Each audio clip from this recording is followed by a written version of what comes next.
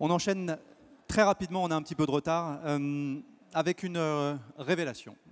Avec une très jeune équipe d'un restaurant qui est né il y a peu de temps, dans un territoire qui est en train de muter littéralement, cette ville de Marseille où on a vu arriver évidemment beaucoup de gens qui se sont installés, aussi beaucoup de restaurateurs et de restauratrices. On en avait une hier, Laetitia Wyss, qui était avec nous sur scène.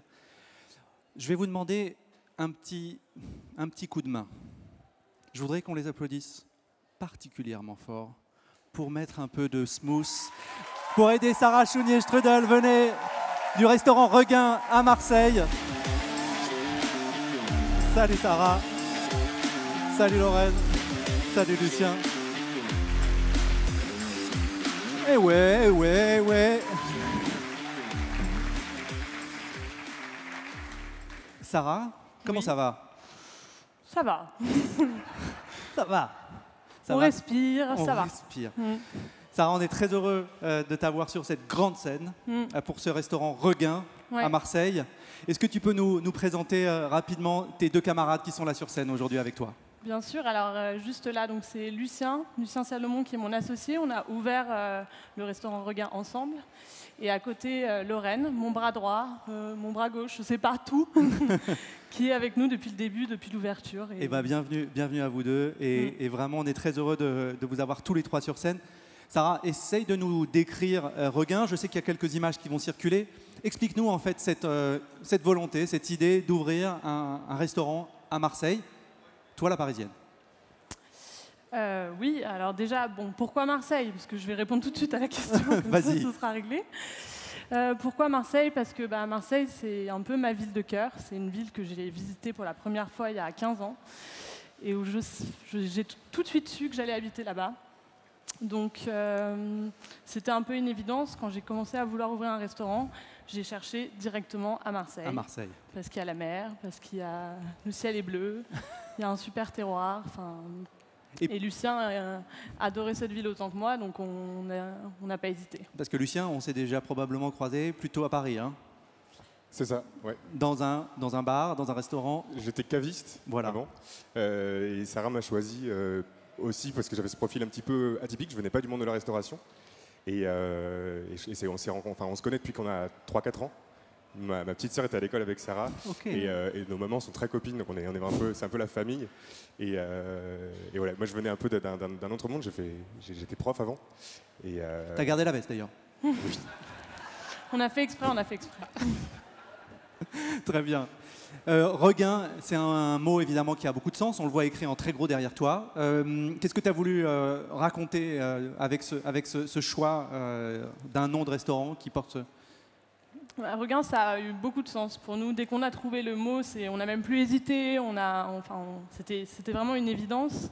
Ça veut dire beaucoup de choses. Déjà, c'est une référence à Giono et à Pagnol. Et on avait vraiment envie de s'inscrire dans la Provence et ne pas arriver avec nos gros sabots, rester humble et arriver un peu petit et s'acclimater. Tu veux dire que ce n'est pas le restaurant du magazine Regain? Non. Très bien, voilà, comme ça c'est dit. Non, on lève les doutes si jamais il y en avait qui en avaient. Non, mais après, ils ont des valeurs que nous, on partage aussi. Et c'est aussi une référence à un terme agricole, parce que le regain, ça veut dire la repousse après la première flottaison. Donc ça avait beaucoup de sens pour nous. On a vécu tous une période compliquée. Et là, c'était vraiment un regain de beaucoup de choses. Donc, alors, c'était aussi une naissance, ce restaurant. Il y a combien de temps qu'il est ouvert désormais? 9 mois aujourd'hui.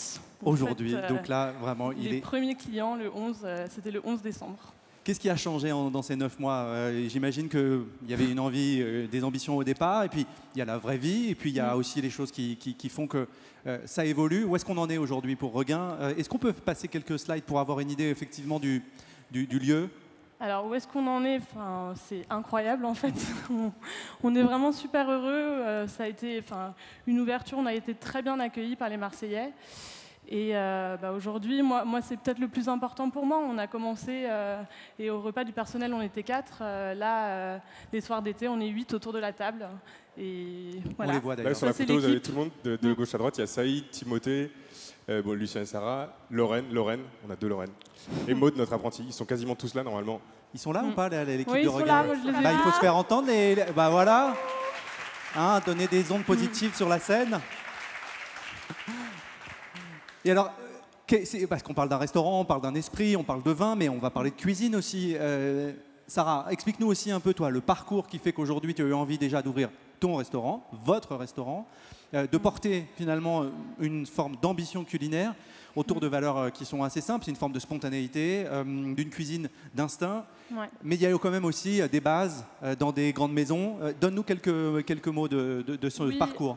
Alors moi j'ai fait déjà l'école Ferrandi en sortie de bac et après je me suis formée dans plusieurs restaurants, des restaurants étoilés où j'ai appris, où j'ai fait mes armes comme on dit. Peut-être on peut en citer quelques-uns parce qu'il y a quand même aussi des amis de la maison, hein, si je puis dire. Oui, j'ai fait mon apprentissage à l'Astrance et puis après... On en parlait ce matin hein, avec Guillaume Foucault qui était le second de Pascal. Il a formé beaucoup de chefs aujourd'hui, je pense que ça on peut le dire. Il y a toute une école. Et après j'ai travaillé pour Alexandre Bourdas, Anne-Sophie Pic à Londres, Hélène Darroze. Et après j'ai quitté Londres dans l'idée, j'avais envie d'ouvrir un restaurant.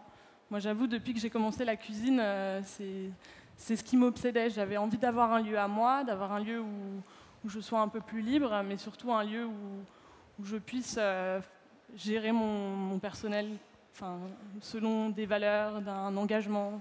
C'était très important pour moi. Donc c'est là, j'ai un peu touché l'aboutissement non, parce qu'il y a plein de choses à faire encore. Mais... Un nouveau chapitre en tout cas qu'il était urgent de démarrer. Ouais. Et c'est vrai qu'aujourd'hui, on en a parlé ensemble avant de se rencontrer sur scène, il y a parfois cette urgence hein, de jeunes cuisiniers, cuisinières à ouvrir un restaurant, à être chef, comme on dit. Mais en fait, tout va beaucoup plus vite. Il ne faut pas s'excuser de ça. En fait, il faut avoir envie, il faut assumer et il faut le faire.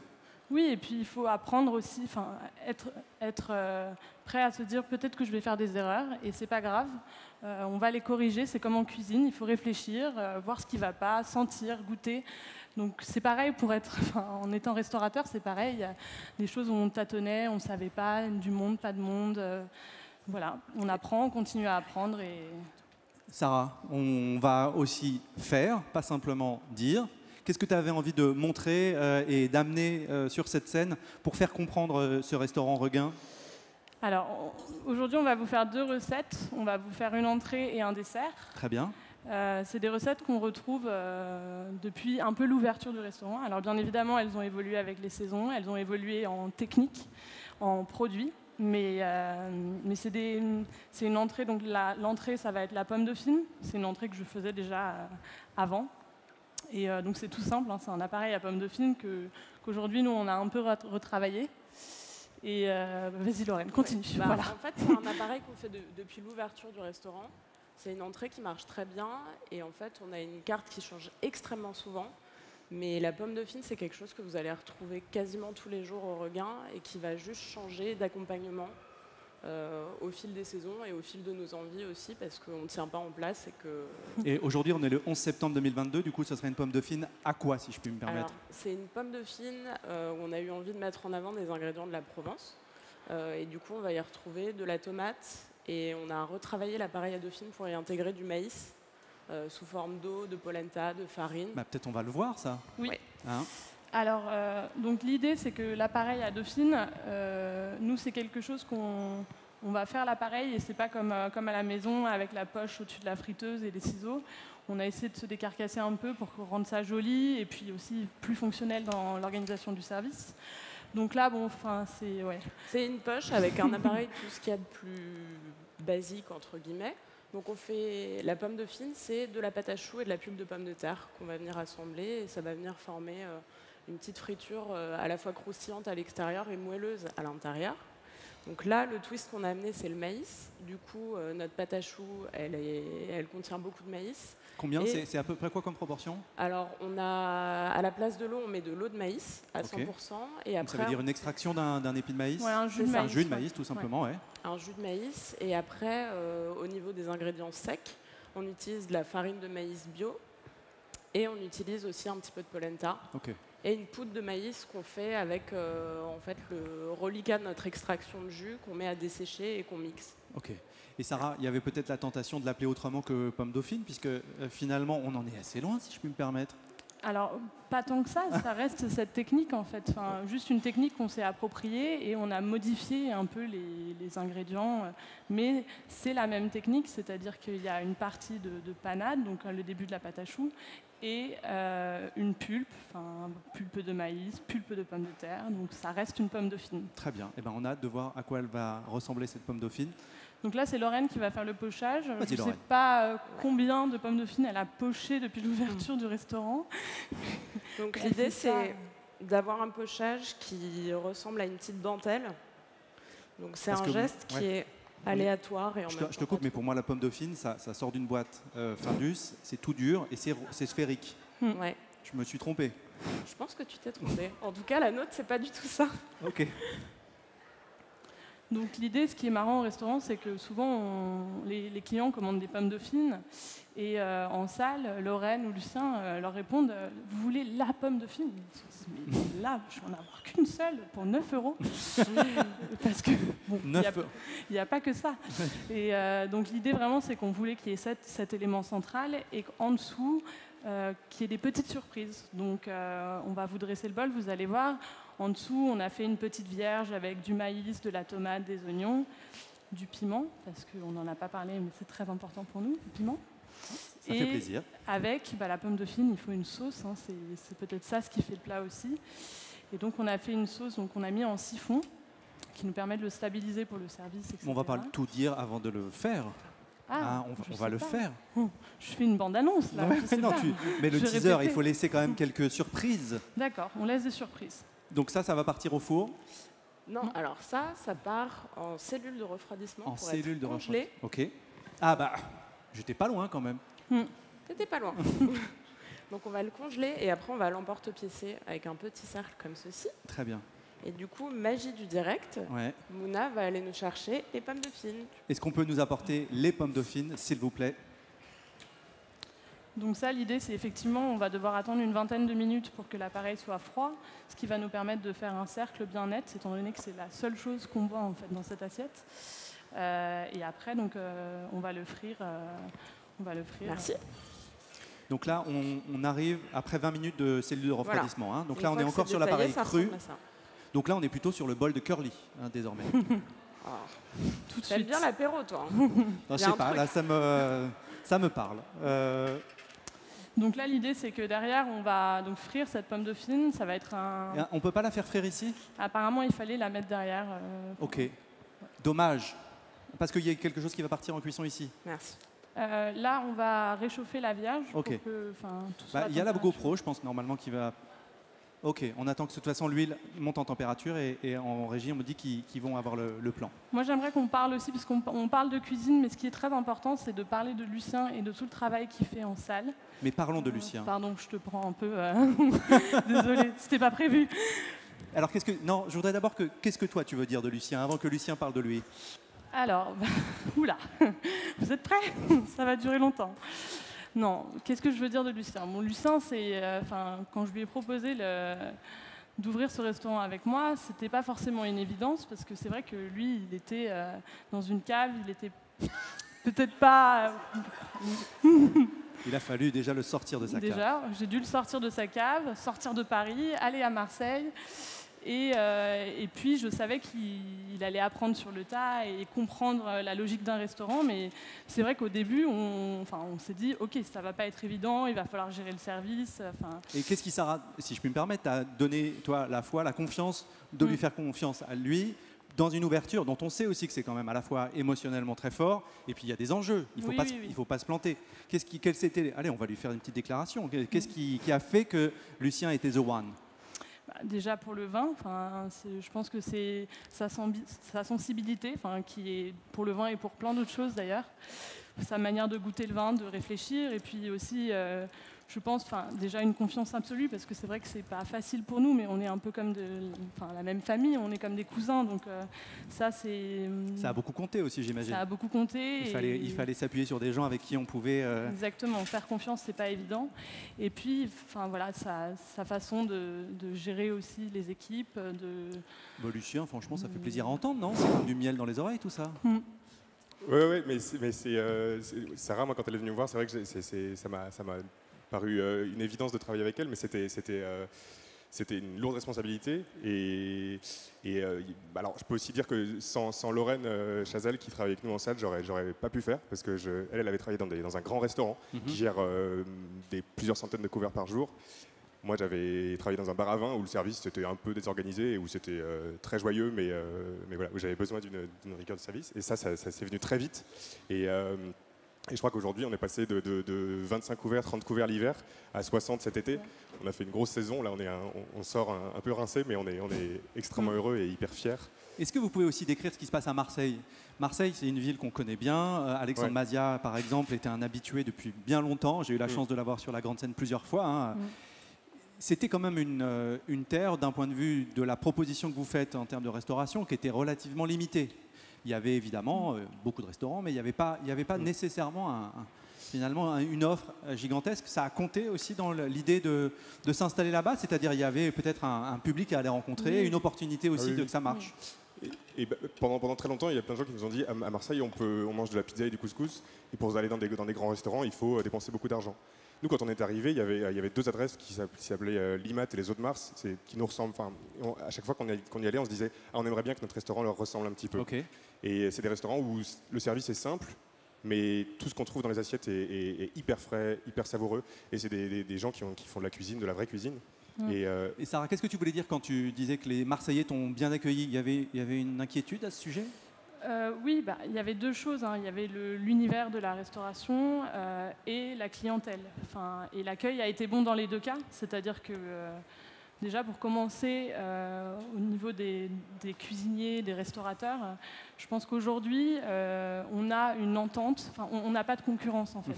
Et ça, c'est très agréable. Quand on a un problème, on appelle d'autres restaurateurs, on s'envoie des clients. Et on a un réseau qui est soudé. Et ça, c'est précieux parce que c'est très précieux. C'est pas toujours le cas. Non. On va se le dire. Non, non. Et puis pour la clientèle, déjà on avait peur que personne ne soit dans ce restaurant et qu'on arrive et qu'on fasse 3 couverts tous les services. Et c'est vrai que ça n'a pas du tout été le cas. Et aujourd'hui, en fait, on a ce luxe et on espère que ça va continuer. On décide du nombre de couverts qu'on veut faire le soir.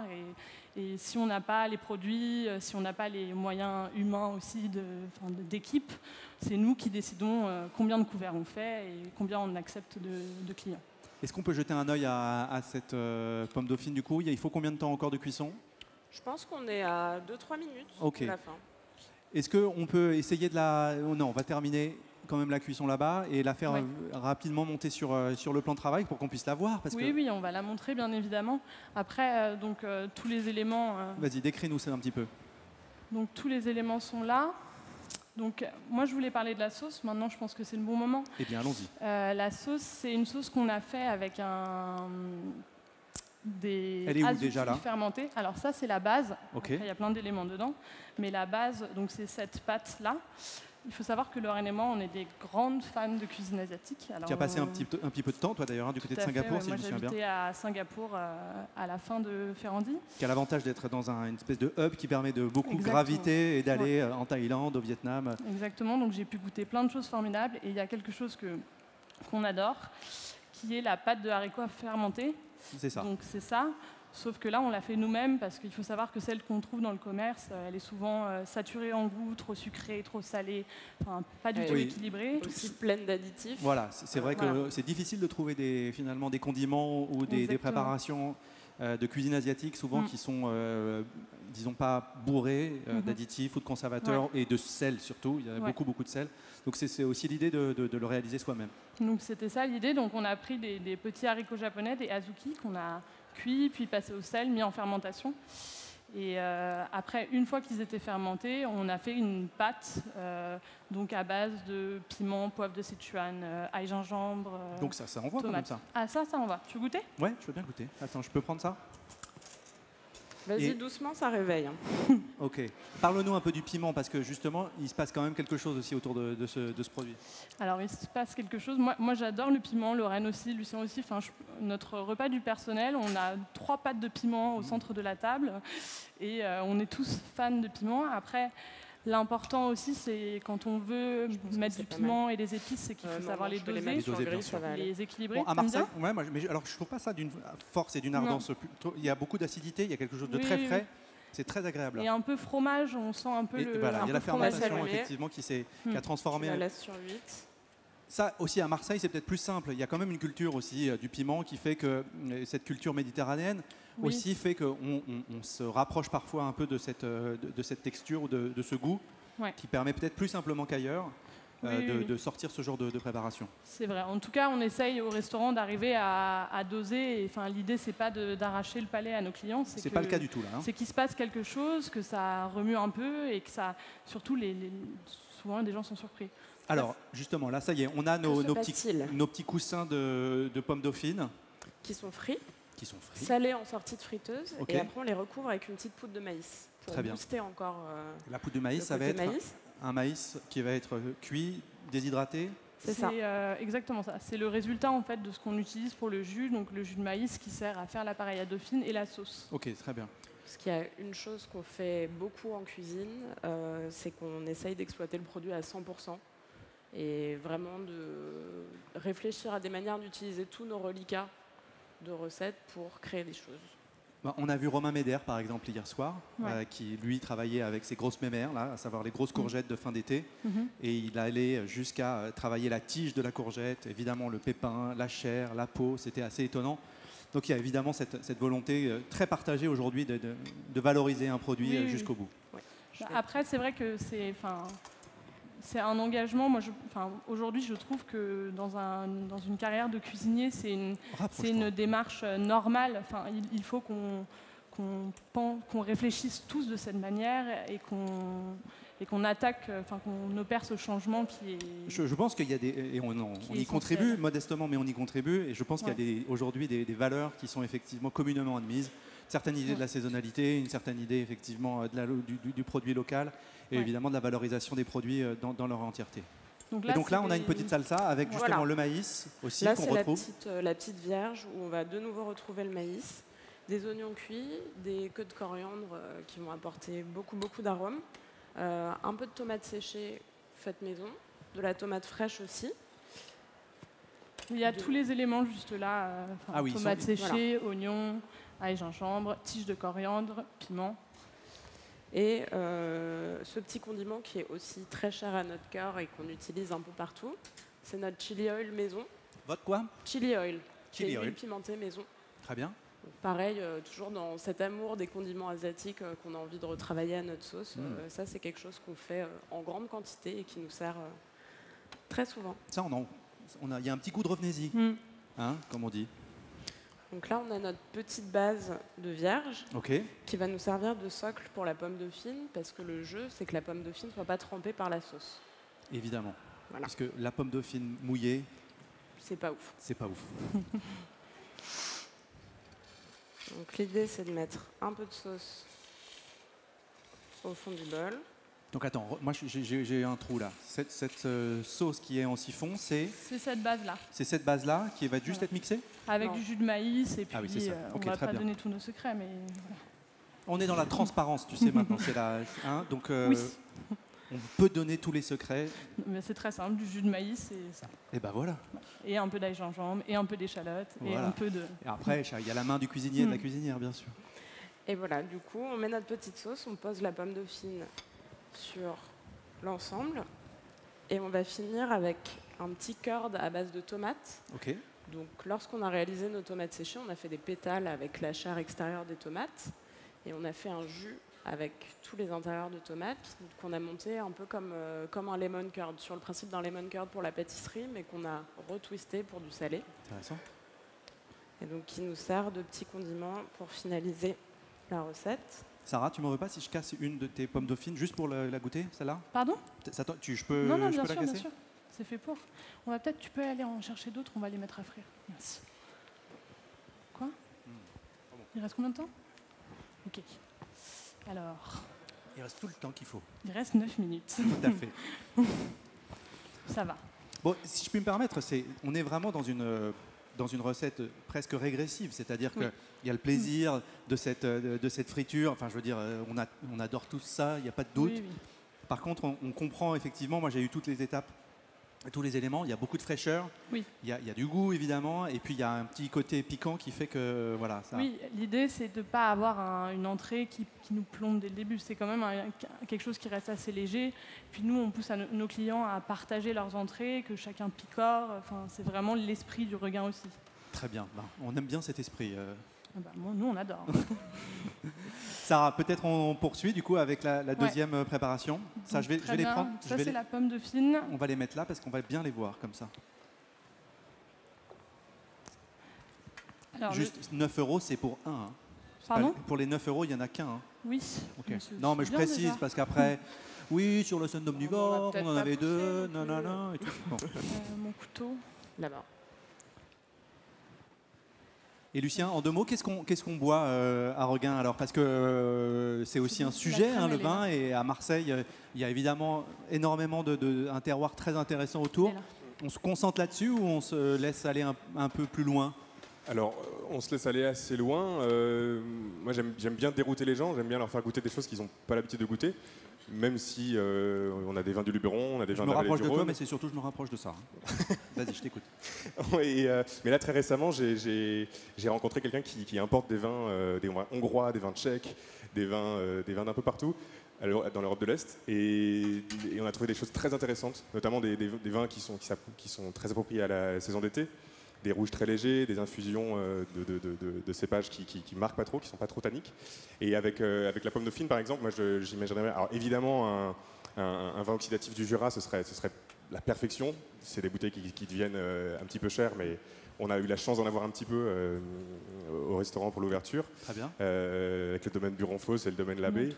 Et récemment, j'ai goûté une cuvée d'une vigneronne qui s'appelle Modadno, qui débute tout juste et qui a fait un rouge oxydatif avec du grenache, donc un vin pas trop tannique, des très beaux grenaches, et quelque chose qui fait, qui se marie très bien avec le côté fermentaire des azuki et donc la sauce de la pomme de Fine, et ça fait quelque chose de très intéressant. Très bien, ça donne envie effectivement. Sarah, j'ai envie de dire, la figue, c'est un petit peu l'asperge de septembre. Exactement.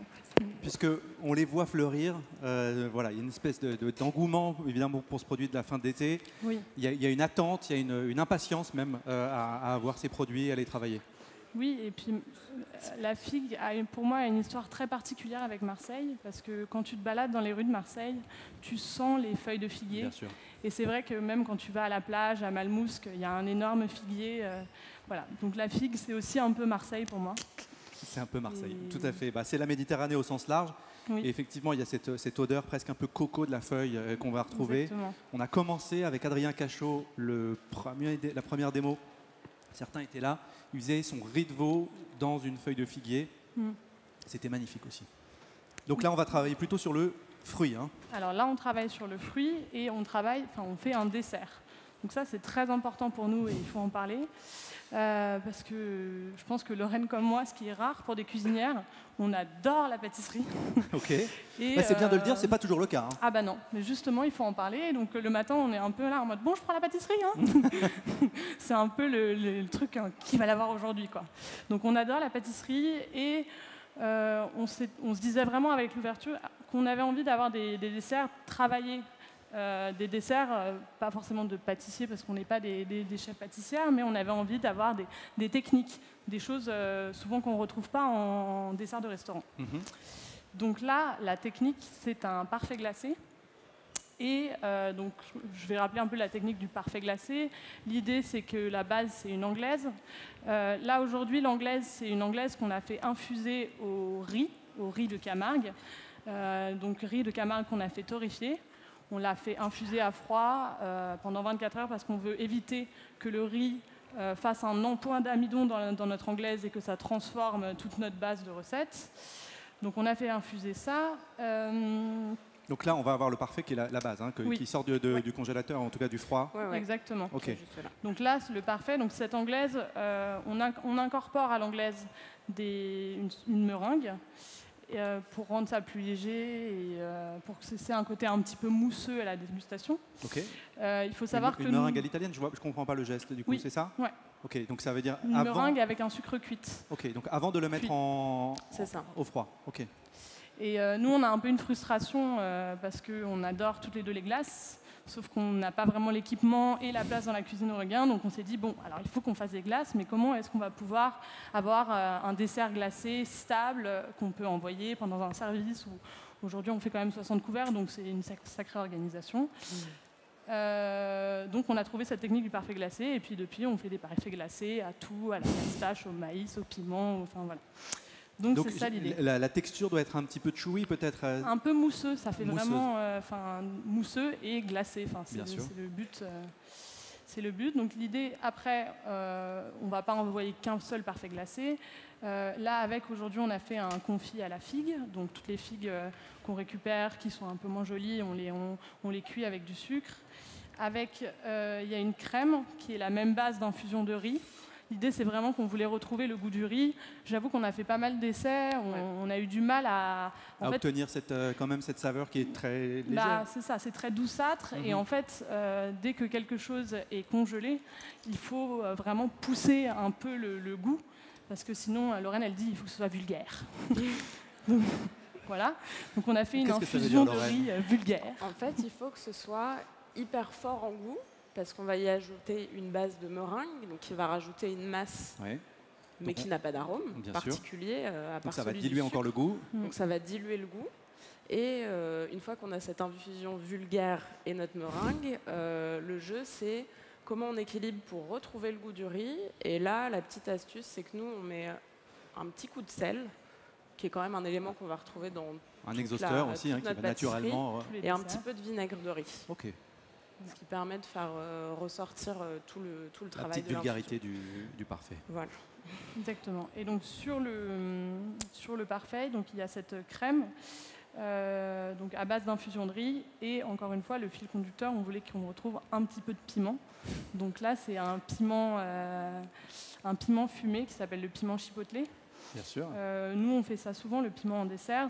Je pense que c'est encore plus compliqué à doser que dans le salé. Est-ce que tu allais manger chez Alexandre Mazia? Oui. Parce que là aussi, il y a quand même une résonance avec cette idée du piment. Oui, complètement. Enfin, c'est vrai qu'en plus, en tant que jeune cuisinière, Alexandre Mazia, ça représente quelque chose. Bien il sûr. a commencé au ventre de l'architecte.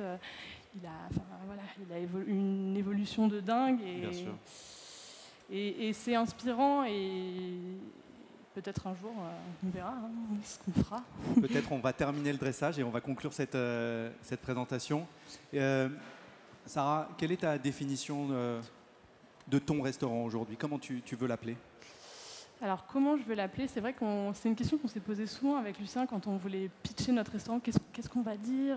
Parce qu'il y avait plein de mots qu'on n'avait pas du tout envie d'utiliser. Et aujourd'hui, je n'ai pas de terme pour ce restaurant. En fait, le Regain, c'est un restaurant. Eh bien voilà. Eh bien, donc je vous invite à aller dans ce restaurant Regain à Marseille. On va les applaudir très chaleureusement. Merci à tous les trois. Toute l'équipe, Team Maude qui est là. Merci Sarah. Lorraine.